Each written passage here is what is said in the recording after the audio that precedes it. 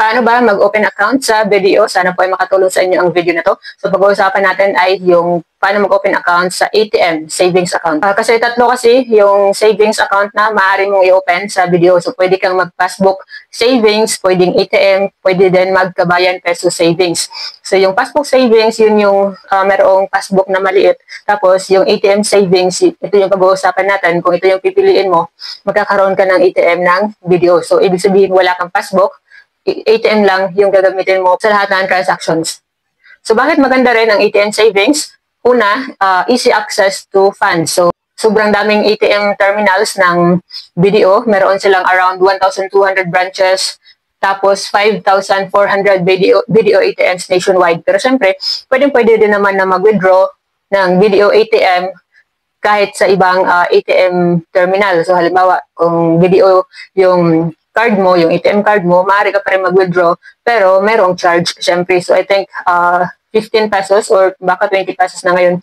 Kasi matagal ko na rin kasi hindi nasubukan mag-withdraw na gamit ang video ATM sa ibang ATM terminal. Pero tulad ng sabi ko, pwedeng gamitin ang video ATM, hindi lamang sa mga video ATM terminals, kundi pati na rin sa lahat ng ATM banknet.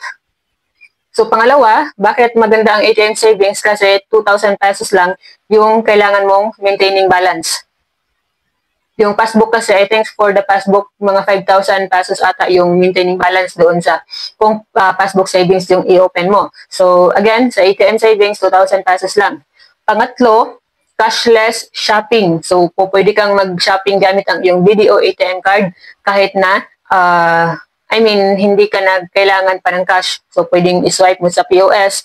Pwede din.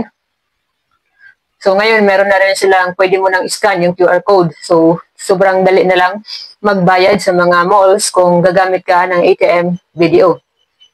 So, paano naman mag-apply or paano mag-open account? So, ito yung purpose ng video na to. So, merong dalawang paraan. Una, pwede ka sa online. Pwede mag-apply online. Pangalawa, pwede ka mag-walk-in doon sa mga video branches kung saan mo gustong mag-open account.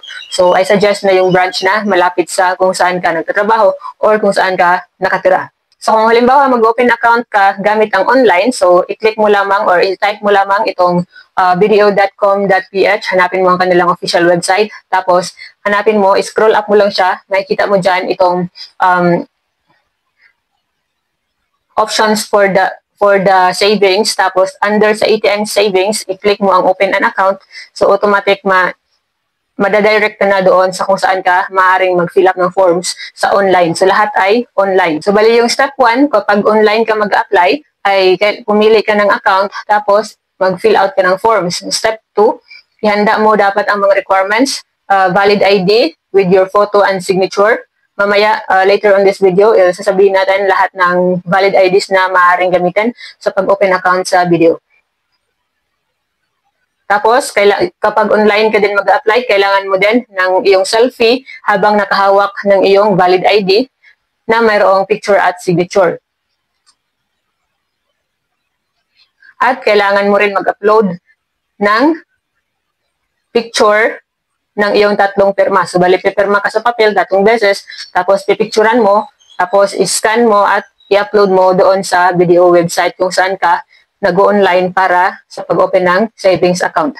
Pangatlo, step 3 sa online, ay dapat mong i-meet ang video representative gamit ang Zoom.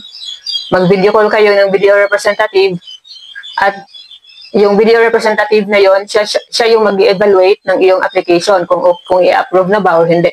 Tapos, yung pang-last na step kung online ka mag-open account sa video is to fund your account within 7 days of approval to avoid account closure. So, kailangan lagyan mo ng mag-deposit ka ng pera doon sa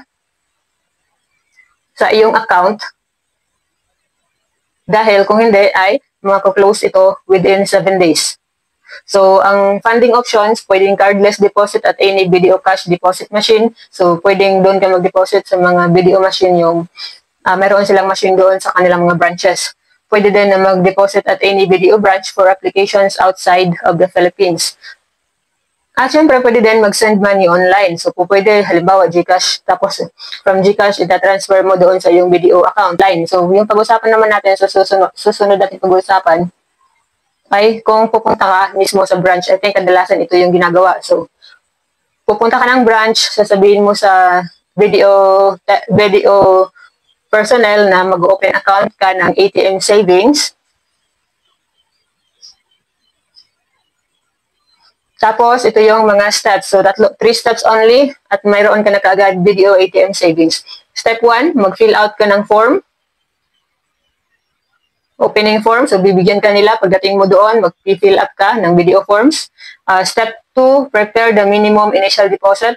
So, kailangan magdala ka na ng 2,000 pesos dahil 2,000 yung minimum initial deposit at yun yung maintaining balance. So, ang dadalhin mo bali pagpunta mo ng video ay valid ID at saka yung iyong initial deposit.